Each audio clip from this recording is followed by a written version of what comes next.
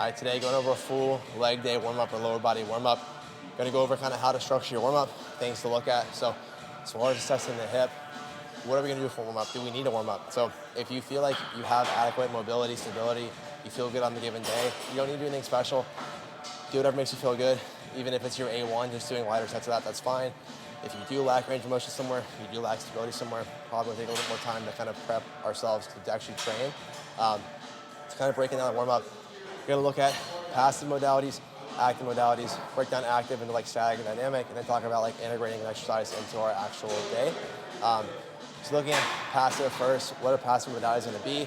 That's gonna be like a stretch or a foam roll, kind of sending a signal to our nervous system to relax. So if we lack hip extension, we're gonna get into the couch stretch. You'll see Joey doing the couch stretch, trying to relax our anterior hip, really getting into more hip extension so that we can move better. Some other things, like if we lack ER, we can get into a pigeon stretch. If we lack IR, we can get into 90-90.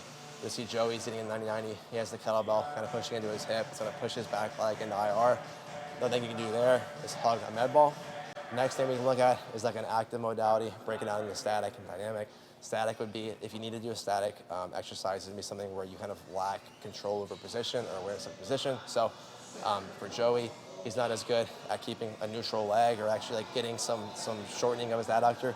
He biases ER, adductors normally lengthen, so getting him in this Copenhagen plank, a more neutral position, kind of just influencing him to get exposure to that neutral position, get a feel for it. Other examples could be like if you suck at maintaining control over your pelvis, neutral pelvic position, we can get into something like a static plank, something of that nature.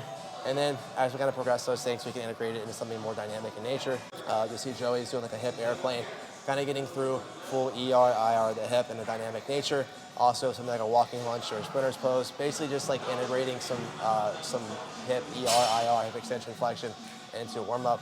Doesn't need to be anything specific per se. And then once we kind of check those boxes, break those things down, we can talk more about like integrating the movement into our actual like first exercise of the day. So that could be actually just like doing your A1 exercise. So today was front foot elevated split squat, actually doing our front foot elevated split squat, going back through like A1, couch stretch, A2, Copenhagen plank, A3, hip airplane, and then A4, front foot elevated split squat. So integrating those things in.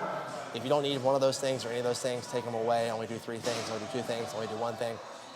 The goal is just to get ready to move. So it doesn't need to be anything special if you don't need anything special. If you have limitations, let's make sure we address those limitations.